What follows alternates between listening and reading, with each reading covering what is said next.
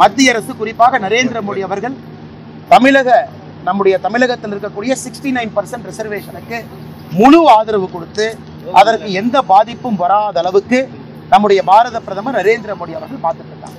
இன்னைக்கு உச்சநீதிமன்றத்தில் வேற ரிட் பெட்டிஷன் போடும் பொழுது உச்சநீதிமன்றமே அறிவுறுத்தி இருக்கின்றார்கள், நீங்க ஒரு கணக்கு எடுத்து கொடுங்க. அதை எடுப்பதற்கும் தமிழக அரசு தயாராக இல்லை. ஆனால் முதலமைச்சர் ஸ்டாலின் அவர்களை பொறுத்தவரை எடுப்பதற்கு அவர் தயாராக இல்லை. அதனால் ஒருத்தர் மேல பழி சொல்லிட்டு இருக்காங்க. அதே தான் நான் கேள்வி கேட்கிறேன். பீகார் எடுத்தது தப்பான? பீகார் எடுத்தது உச்சநீதிமன்றத்தில் ஸ்டே கேட்டு போனாங்க, உச்சநீதிமன்றம் ஸ்டே கொடுக்கல. பீகாரிலே அரசு எடுப்பதற்கு முழு உரிமை இருக்குன்னு உச்சநீதிமன்றம் ஒப்புக்கொண்டு பீகாரினுடைய அரசு எடுத்ததுக்கு ஒப்புக்கிட்டாங்க. சரியா எடுத்திருக்காங்களா தப்பா எடுத்திருக்காங்களா ரெண்டாவது கேள்வி.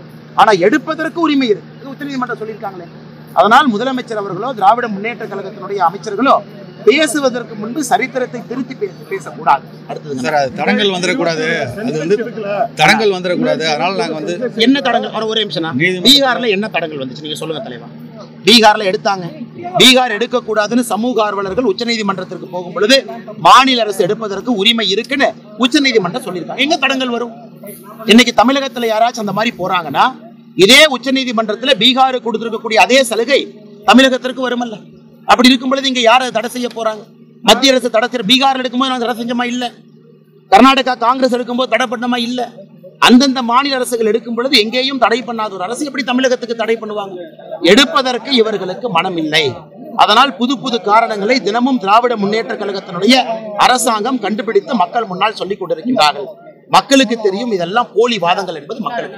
சார், அந்த 10 லட்சம் கொடுத்தாங்களா சார், நிதி கொடுத்தாங்க கள்ளச்சாரை உயிரிழப்புக்கு, அது வந்து மறுபரிசீலனை பண்ண சென்னை ஹைகோர்ட் பாக்குறீங்கன்னா, நான் விக்கிரவாண்டி பிரச்சாரத்துல இருக்கேன்.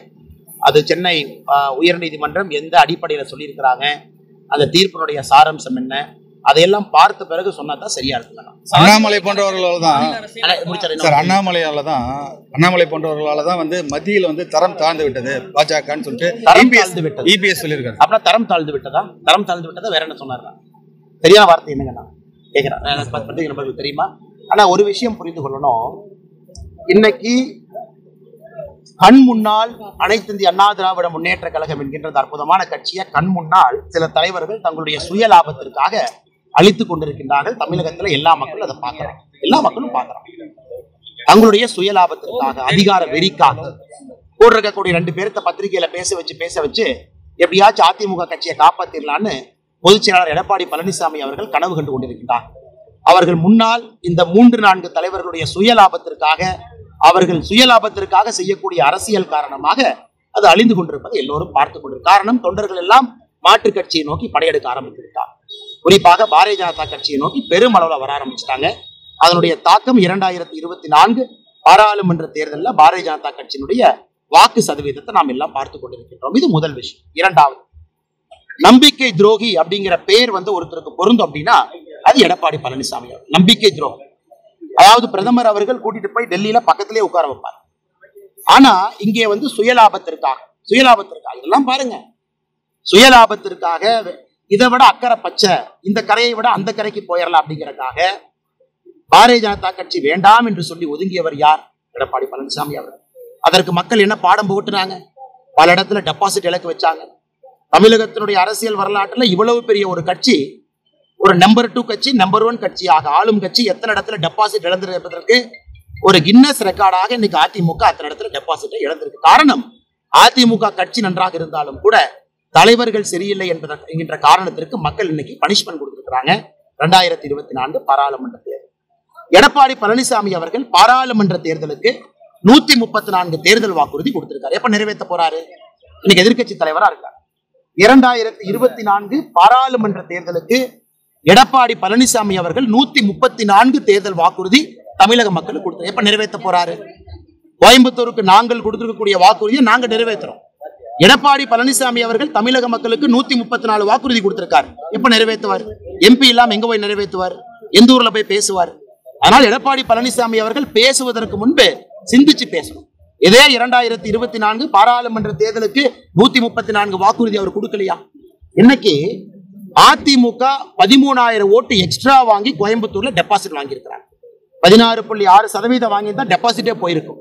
17% வாங்கி தப்பிச்சுக்கிட்டாங்க. இன்னைக்கு வீரவசனம் கோயம்புத்தூர் விமான நிலையத்துல பத்திரிகையாளர்கிட்ட வீரவசனம் பேசிட்டு இருக்காரு. வெறும் டெபாசிட் வாங்கின கட்சி இன்னைக்கு பாரதிய ஜனதா கட்சி குறை சொல்றாங்க. நீங்க கோயம்புத்தூர் உங்க கோட்டை தானே, 10க்கு 9 எம்எல்ஏ உங்களுக்கு தானே, 6க்கு 6 மாநகரத்துல எம்எல்ஏ உங்களுக்கு தானே, எதுக்கு 17% போனீங்க? உங்களை விட 2 மடங்கு 34% மேல பாரதிய ஜனதா கட்சி அங்க ஓட்டு வாங்கிருக்கு. இவர் டெபாசிட் ஜஸ்ட் வாங்கினது பெருசு இல்லையாமா, 17% ஓட்டு வாங்கினது பெருசு இல்லையாமா?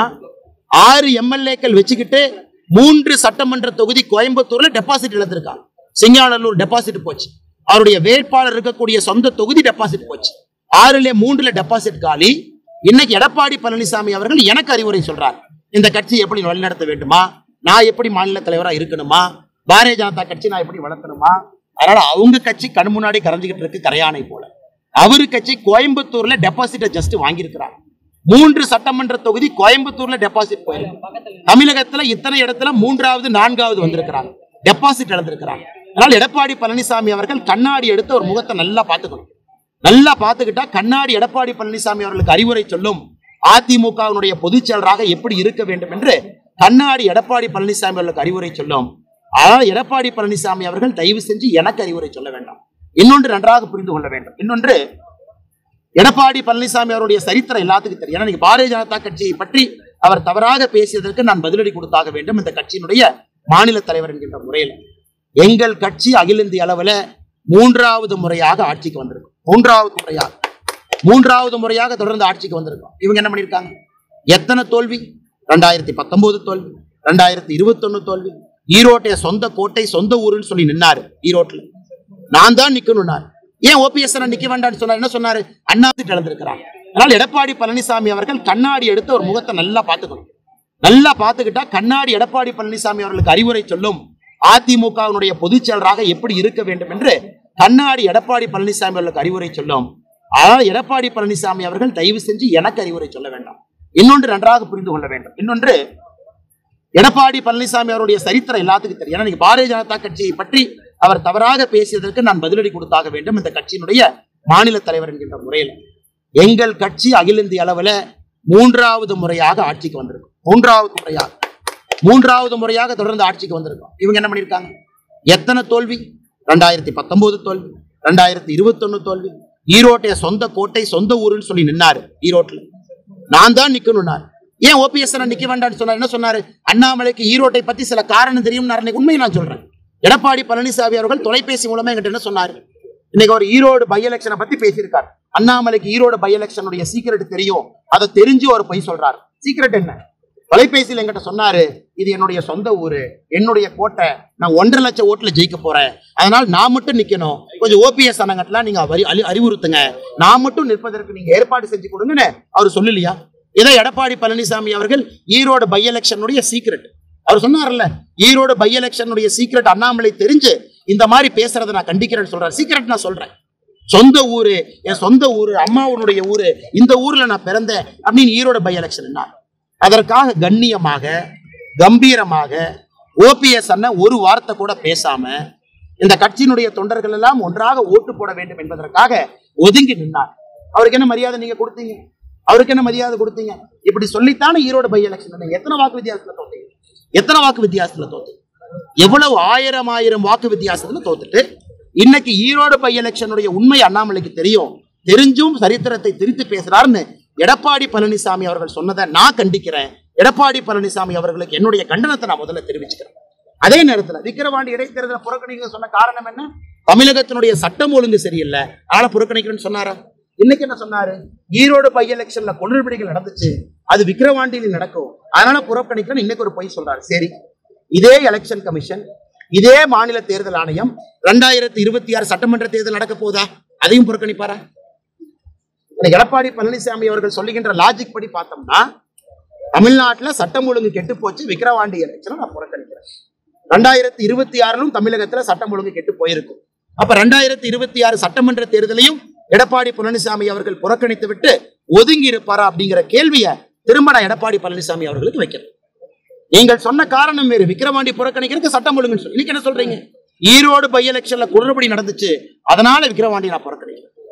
புது காரணங்களை தினமும் கூட கண்டுபிடித்து சொல்லக்கூடிய ஒரு வித்தகராக எடப்பாடி பழனிசாமி அவர்கள் மாறி இருக்கின்றார்களே தவிர தமிழக மக்களுக்கு ஒரு பொறுப்புள்ள ஒரு எதிர்க்கட்சி தலைவராக அவருடைய செயல்பாடுகள் இல்லை என்பதை தமிழக மக்கள் எல்லா இடத்துலையும் பார்த்துக்கிட்டு இருக்காங்க.